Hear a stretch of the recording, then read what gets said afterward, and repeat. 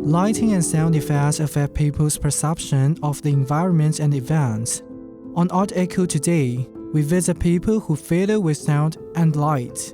Let's take a look at how light designer Zhang Qiyang uses light to breathe new life into old things.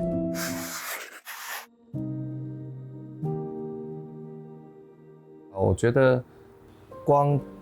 真的是一个看不到也摸不到的媒材，所以它其实是因为影子的存在才会彰显光的存在。有些时候我们看不清楚或是看不到，并不是光不够亮，而是光太亮。所以我们也喜欢留一点夜晚的星空，然后留一点就是影子的跟光的关系，就像留白，我们只是留黑。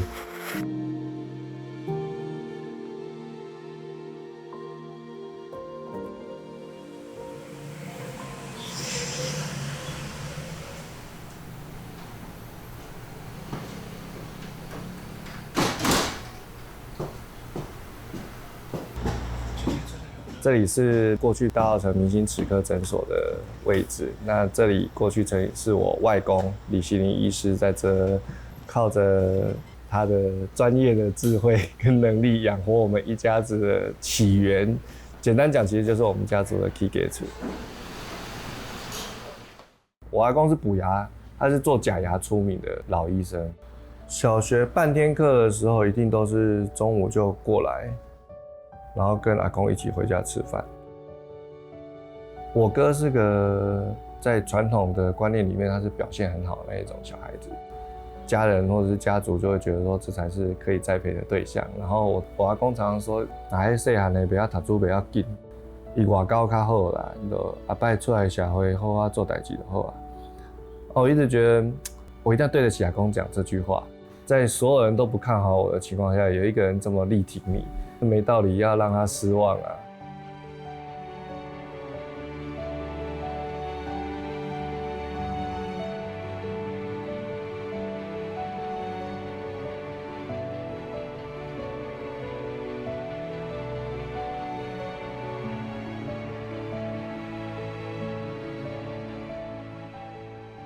在2005年，因为外公就过世了，然后后来这间房子就闲置了8、9年。所以我后来就决定回来这边，成为我们的生活跟创作的基地，有点像是 announce， 就是我们想要用光这一个抽象的媒材，然后来讲一个历史空间的故事，展示我阿公的遗留下来的文物跟这些医疗器材，做我们第一个在日常生活空间里面的作品。想法上也真的只能顺势而为啊，就是屋况很差，然后我们只希望更多的自然光进来。这里还特别做了一个就是镂空的，应该说是强化玻璃的地板。但其实重点都是为了让光线可以穿透，就是不要是视觉被阻隔的，不要把光挡掉的。那个位置其实可以俯瞰所有的人，就好像阿公一直在看着我们。在这下面工作跟生活的样子。然后这个药柜我非常从小到大就是一直，我还没有这个台面高的时候，就是每次来都在这里玩。然后也是跟着我最久的一个老家具，就是我不管去到搬家或者是搬办公室，我都会带着它跑。然后这是我外公最后的名片，然后这是他惯用的一些药材跟器皿，然后所有的瓶罐。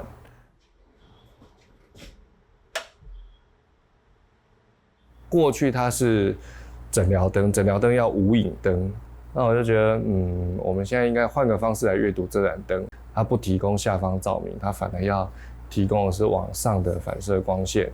让这一盏工艺品可以被人家阅读。这个就是当年它的那个诊疗机台的那个漱口皿，我只是单纯无意中发现它透光的那个质地非常好看，所以我就觉得它很适合成为一个发光的物件。灯光设计的眉眉角角，其实总归一句话，就是我们在利用人的视觉上的错觉产生幻觉，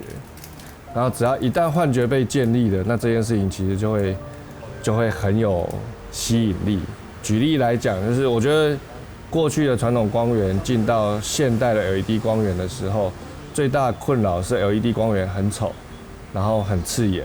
那所以我们其实都会尽量的，就是希望它其实可以透过某个介质，然后产生折射或反射带来的一些光学效果。那平常的时候，我其实很喜欢用一些很生活感的物件，譬如说，台湾人有个喝酒要罚3杯的文化，所以我们很喜欢用3杯这件事情来玩。然后你在正常的光线下面，它就是一个普通的酒杯，然后这是我们自己加工过的一个木板，然后里面当然藏了 LED 光源，它就会变得比较立体而且魔幻。这个是我们去一家古董店收到的海球，是以前渔民在海上捕鱼，它会绑在渔网上，为了增加亮光，吸引鱼群用的。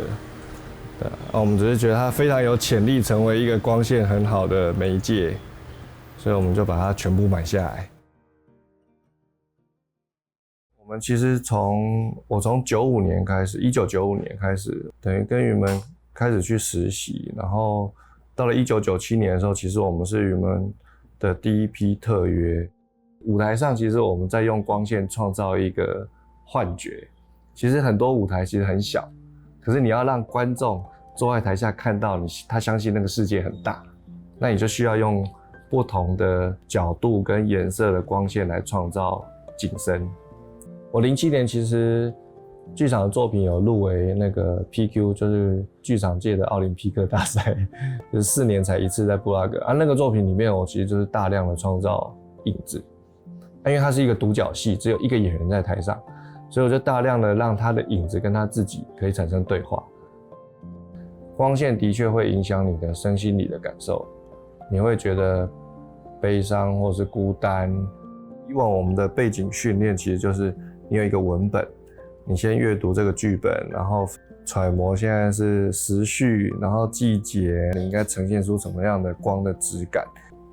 然后再来是角色分析的时候，你会就是在写实跟写意当中，我们有非常大的空间可以去做表现。剧场灯光其实你其实就是你一直在服务演出，觉得好像没有一定要坚持说我们只做剧场里的，或者是只做所谓的艺术，可是我们好像还可以再做一些不同的事，然后用我们擅长的灯光的语汇，去让日常生活可以有一些更美好的事情发生。这是我们在地的灯光师，对，就是他都做一些，他做很多作品。新竹这次设计展，新竹公园的那个灯就是他做。你敢不敢讲啊？也容易移动。大稻埕之光一定要讲。回到大稻埕之后，其实你做灯光设计这件事情，在街坊邻居里面其实是一个，我们在那些冲啥啊，顶根爱你谁给啊？就是我们过去是分析剧本，然后角色为了舞台上的演出而去处理光线。回到这里的时候，我们要是帮人紧扣着人的行为，在这里他到底做什么事情，是先讨论人的行为，才去定义我们的光线。从门口，然后到这，然后到这边这一个厅这边，然后到这一条走廊，就是你不能只是莫名其妙，只是希望这个空间再亮，很亮，然后来做照明，可是实际上却没有顾及到坐在那个位置上的人，他到底舒不舒服，也包含后来因为我自己有一个意识是，台湾其实是一个能源是仰赖进口的国家，可是我们每一个作品都在消耗能源，那你就会变成是一个在留子孙的创作者啊。对啊，我70年代出生长大，所以那个时候，当然台北还没有现在这么的繁华，或者是说我们的科技也还不到这么可以滥用灯具的年代。然后我记得我小时候最深的印象就是迪化街晚上真的很暗，所以我一直觉得在有能力的时候，我们一定要想办法，第一件事一定要改善的是骑楼的光环境。我希望骑楼里面的照明可以包含了我们非常多的想法，譬如说我们的亮灯时间为什么是4点？4点是很忙的时候，就是快要结束了，然后生意还在进行，然后游客有的要来吃饭，有的要离开。太阳落到西边之后，这边的街屋会因为都是这边的影子，所以显得特别的暗。所以我们补上的是比较偏高色温的自然光。然后从4点之后，每隔1个小时，它的色温会降500到1000不等。然后越到晚上，就像现在已经快6点多、7点的时候，它的色温会降到3000、2700，就是比较接近家的颜色，就是提醒大家，就是你应该要回家，或者是欢迎你回家，因为街区还有很多人其实是晚归的。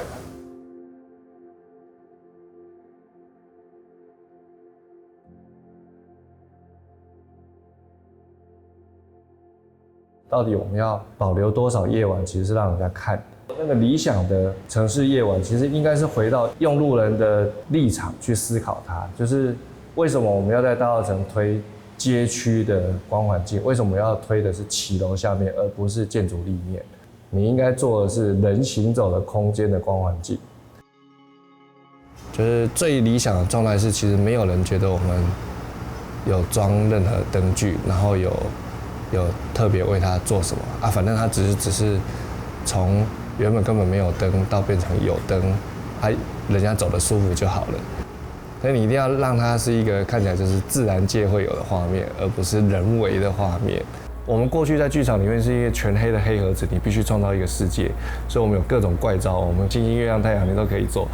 可是你到真实生活里面，你不能让人家忘记天空，你不能忘记夜晚的样子。就是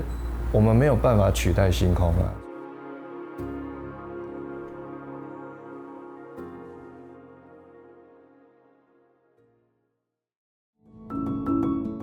In the next segment, we will visit the sound designer Jane Zhou and see how he constructs a world full of sound in films.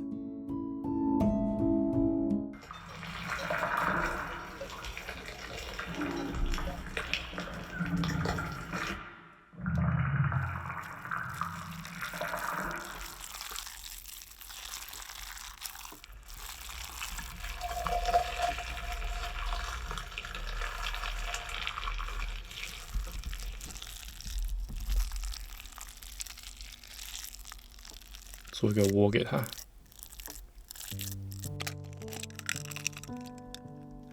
我做菜的时候也会发出一些声音，而这些声音不见得是每个人做菜都会发出来的。我是周正，我是电影的录音师、音效设计，还有混音师，也是剧照师，都跟电影有关的工作。绞肉的是先做菜的时候听到，就想说可能可以做什么，就先录了。人死了之后，到了一个中音，不知道自己在哪里。那里面好像有用到一些，就非写实的状态了，对啊，所以也会有一些奇怪的声音。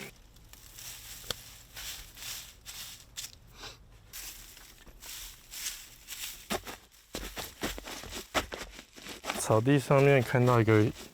可疑的东西。然后发现是一只手，然后很紧张的逃跑，是这样。这些草里面的这些纸屑就是我缴税的账单，所以我会很奋力的踩它。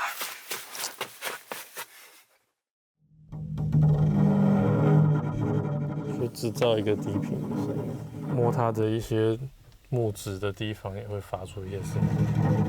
其实就是只是截取其中一小段，然后去把它一直复制，然后再去处理它的音色。钉筋挂在那个干库的蒲公英上面，也是用这个。然后这个植物是白萝卜的种子，那是我阳台上种的。所以就一样也是取之于生活啊。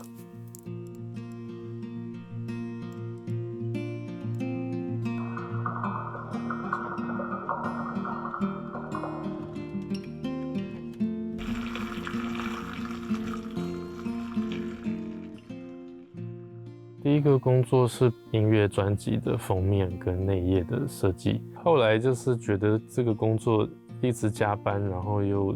一直做重复的事情。虽然好像薪水觉得还可以，但是就觉得有点，很像机器吧。对啊，就有点没兴趣。我的声音设计主要还是来自于生活经验吧。原本是剧照师，但是我又想试着去玩一些声音的东西，所以一直以来我也觉得它就跟我拍照一样，可能只是抓拍。那拍完之后，我的目的并不是要在现场就把它拍的光影或是加什么样的 filter， 用什么技巧可以把它做得很完美的一个不需要修图的状态，而是相反，我要抓到的是现场感动我的是什么。比如说光线跟状态先抓到，然后我到了事后在 Photoshop 上面再去完成的时候，我要把它变成我脑中的样子。开始接触到一些16厘米的独立制片的朋友，然后就被拉进去。一开始拍片，然后完全没钱到连便当都没有，印象很深，就是早上出门，然后全部的人跟道具器材塞进一个面包车里，第一站先开到面包店，然后就买了好多面包、好多吐司，然后就好开心啊，觉得说哇好棒哦，有西点面包吃，应该是很丰富的早餐吧。后来才知道不是，那个是午餐。对，就是吃白吐司。因为就是太辛苦了，所以拍到后来就是工作人员一个一个离开。那时候可能没工作吧，然后就继续帮忙，什么都做，就推轨道啊，就是想要看它完成是什么样子。然后就会一直跟着拍，一直拍，一直拍。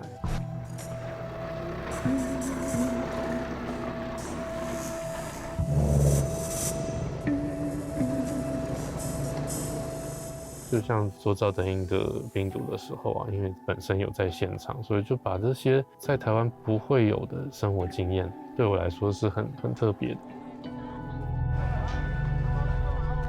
有时候我录的一些环境的录法又不大一样，我会去记录一些我觉得有兴趣的事情，甚至于它不见得跟剧本里面内容有关。比如说我经过了这个小地方的市场，或是听到一个什么叫卖或是什么东西，可能都会把它顺便录下来。一方面是录了很多的环境音，特别的环境音，跟剧情需要的环境以外，我还要去拍照。那这个拍照的拍法也会跟纯粹记录用的拍照，就会靠这些去记得当时的一些感受。节目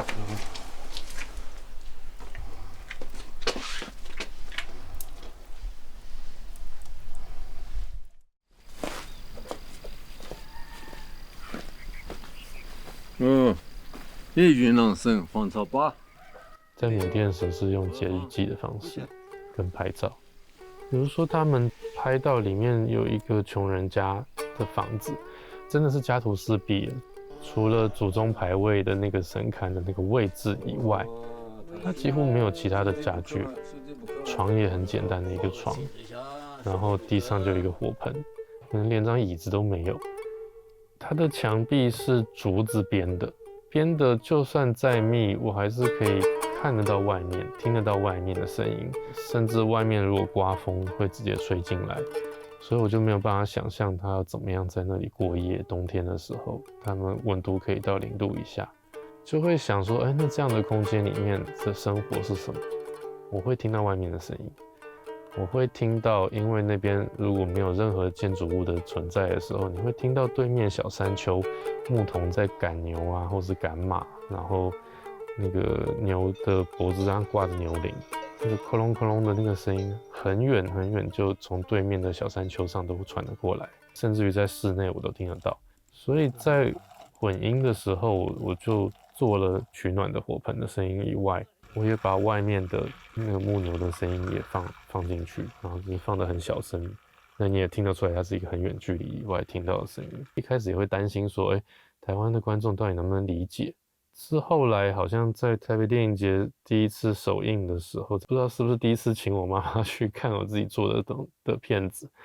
然后妈妈看完之后出来，她很感动，她感动的部分其实是她说让她觉得回到小时候在湖口的生活经验。我警告你啊，最好别给我乱来。小时候是钥匙儿童啊，有的时候周末大人也在忙的话，就自己去家附近的民生戏院去看电影。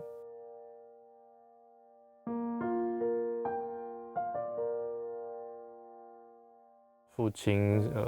是台湾第一代的广告制作公司，那时候叫视听公司，所以就从小跟着他一起去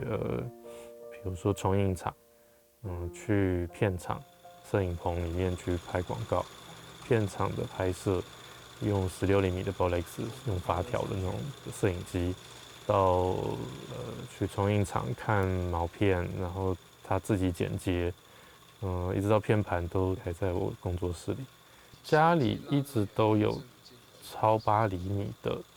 胶卷的摄影机、跟放映机，还有剪接台。好像一直到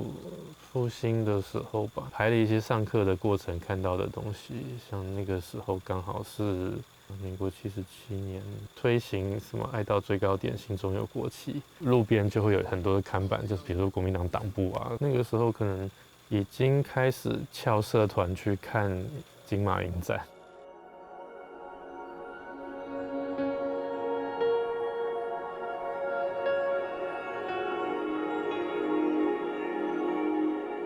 我自己蛮喜欢从生活里面的一些小地方去找寻一些感动，把这些感动放在作品里面。这些小地方包括了，比如说园艺也好，或者是烹饪。但虽然烹饪大部分是舒压，但是其实也蛮快乐的。那在这之中，甚至于也可以找到一些声音的灵感。包括一些foley里的一些奇怪的声音啊。切葱的时候，我记得有一次切到手，因为就你太专心在听声音了，你就会忘记要小心的事情，觉得这个不错，然后再继续切这样。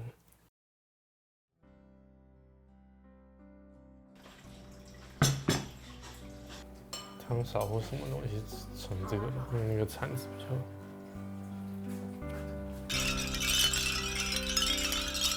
当要去做一个看不见的工作的时候，